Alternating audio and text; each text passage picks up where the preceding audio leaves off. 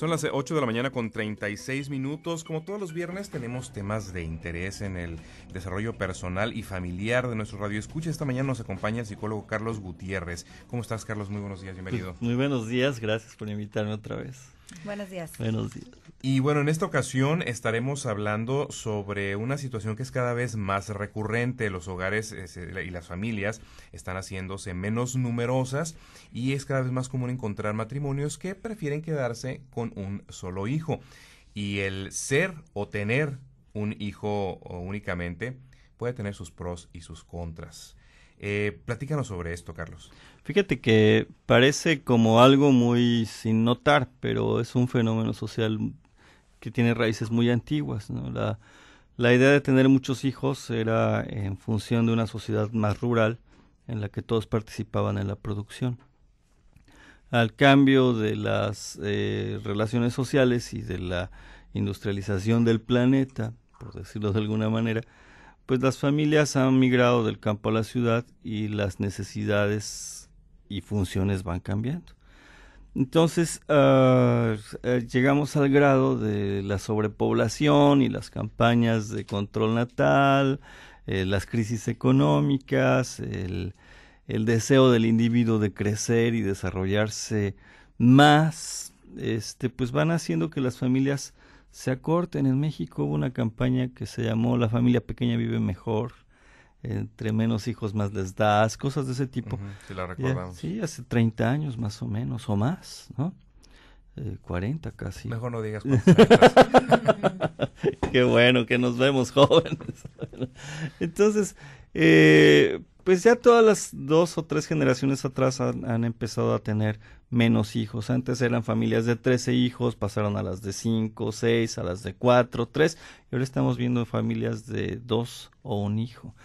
Y entonces los hijos únicos se han vuelto, o las familias de hijos únicos se han vuelto muy, muy comunes, ¿no? Y esto pues aparecen, pues, o van a aparecer situaciones sociales muy peculiares en cuanto a la conducta de estos nuevos hijos, en muchos casos sobrevalorados o sobrecuidados, sobreprotegidos. Pero entonces, ¿qué es? No todo puede ser tan bueno ni todo puede ser tan malo teniendo un solo hijo. No, claro que tiene sus pros y tiene sus contras. Y hay muchas características de por qué un solo hijo. Si solo lo vemos desde ahí y en el sentido de 2 adultos saludables que quieren tener y amar a un hijo y desarrollarlo en forma independiente y feliz, ¿no? Que logre se realice ese hijo. Pero cuando no sucede así, hay muchos contras, ¿no? Cuando el hijo es sobreprotegido o cuando se ponen demasiadas expectativas en ese hijo, pues hay una disfunción en su conducta, hay un problema real en sus relaciones sociales. He notado, fíjate, en los últimos 5 años, no antes, he notado estos hijos únicos que incluso parecen en algunos casos como un retraso en su madurez. Y esto es porque muchos padres ya no les permiten ni siquiera salir a la calle a jugar. Entonces, antes pues salíamos a la calle y jugábamos bote pateado, cascaritas, lo que sea, y socializábamos y movíamos el cuerpo. Ahora ya no. Las ciudades ya no permiten eso y los papás menos. Y el desarrollo social y cognitivo de los muchachos disminuye. Que sería una contra, o sea, evitar que sea sobreprotegido. Me llama la atención esto que dices de que también cuando hay grandes expectativas. Me parece que esto se da similar, aunque tal vez más marcado en el hijo único con el hijo mayor, en una familia del el primogénito, ¿no? La responsabilidad que es, o las expectativas sobre ese hijo. Ha de ser mucho más con un hijo único.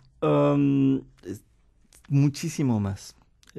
Van a esperar nietos, van a esperar grandes cosas, grandes universidades, grandes estudios. Si a veces esperan que sean heterosexuales y resulta que no.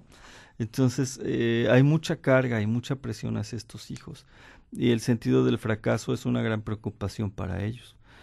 No existe la relación filial, es decir, entre hermanos, fraterna, perdón. No existe ese vínculo entre hermanos que también desarrolla otros aspectos de la psique del individuo. buscan hermanos, son leales a un montón de gentes, los primos son sus hermanos, o la figura paterna también cumple con esa función. Entonces hay muchas situaciones que no son tan comunes, o no eran tan comunes, y las expectativas les causan un peso enorme. Pero es que además de las expectativas de lo que deben ser y hacer, está la expectativa de tienes que vivir. Porque al final de cuentas, ningún padre de familia espera tener que enterrar a un hijo. Ay, no. Pero si en un momento determinado una familia de 5 hijos, de 3 hijos, alguno de ellos llega a morir, bueno, de alguna forma sientes, evidentemente el dolor va a estar ahí y con nada se va a quitar, pero tienes otros 2 hijos. O si uno de tus hijos decide que no va a ser profesionista y por el contrario se hace pandillero, dices, bueno, pues tengo otros 2 hijos. U otros 3 hijos, o por lo menos uno más. O si, por ejemplo, él se accidenta jugando cascarita en la calle, tengo otros 2 hijos. Exacto. Y fíjate, y era muy común esta situación de perder un hijo. Muchas de las madres que tuvieron 10 hijos, perdieron 1 o 2 hijos en la labor de parto o en el embarazo. La salud pública no era tan eficiente y los niños se morían chiquitos, y era parte de lo común, era también la situación de tener más hijos, ¿no? Pero el dolor que se te muera un hijo único y ya tienes 50 o 60 años, pues es terrible. Perdiste todo lo que invertiste en emociones, en expectativas, en los nietos, ¿no? Es terrible.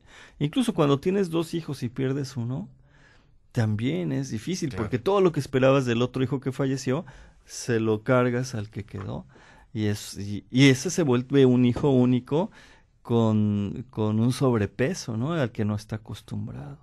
Carlos, para quienes nos están escuchando y tienen hijos únicos, ¿qué consejos les darías para, pues, evitar esos contras, para tratar de ser más equilibrados? Bueno, mira, hay muchísimo que hacer, y yo creo que lo más fácil es tomar una directriz, es pensar qué quiero para mi hijo y hasta dónde es mi hijo, ¿no? Y dónde termina mi hijo y empieza la persona. Yo creo que educar en función de la independencia emocional y financiera y social, educar en el amor y el respeto, en la realización, yo creo que eso es lo que tienen que hacer. ¿El desprendimiento? El desprendimiento es importantísimo. Tienes que dejarlos, yo digo una frase, déjalos que se raspen las rodillas y ayúdales a resolver desde los problemas que tienen, ¿no? Enséñales cómo es el éxito con tu ejemplo, pero déjalos probar sus cosas y probar su propio fracaso y aprender de él. Son individuos tal como tú, y si los sobreproteges no van a crecer, van a disminuir, casi como muchos casos que hemos visto de padres millonarios que inutilizan a sus hijos y los hijos terminan siendo pobres o lapidando las fortunas. Yo hablo mucho de esto con los papás. Hay que dejar al hijo ser individuo pronto. Y al final de cuentas también que el muchacho o la muchacha, al momento en el que se convierten en adultos, puedan tomar una decisión más personal y más propia sobre lo que quieren hacer ellos a la hora de casarse y a la hora de también a su vez tener hijos. Sí, y fíjate que también estamos contemplando esta parte de la infancia nada más, pero después cuando viene la adultez y la adultez mayor, pues cuando somos varios hermanos, pues bueno, ahí te encargo a mi mamá, pero cuando el hijo único tiene que cuidar a sus 2 padres después de los 70, 80 años, pues es una carga muy difícil para una sola persona. ¿Cómo hacerlo sin dejar de ser un buen hijo? Porque cuidar a los papás es bueno, no va a ser malo. Si esos papás sembraron en ti el amor y tú se los quieres regresar, pero también va a ser mucho peso para ti solo, ¿no? ¿Verdad que sí? Es un peso enorme porque vienen implicaciones morales muy graves. Oye, pero tú me dijiste que tenía que desarrollarme y crecer e ir y volar. Ya volé y ya te dejé ahí.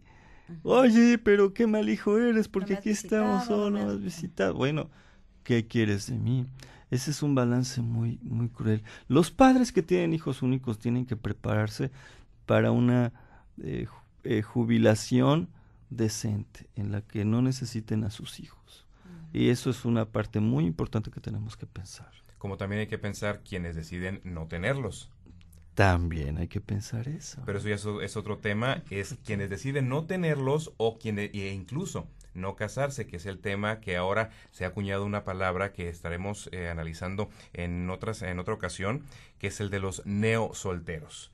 Por lo pronto, le agradecemos al psicólogo Carlos Gutiérrez que nos haya acompañado esta mañana. Pues muchas gracias por la invitación, siempre es muy agradable. Buenos días. Muchas gracias, 8:47. Hacemos una pausa, volvemos.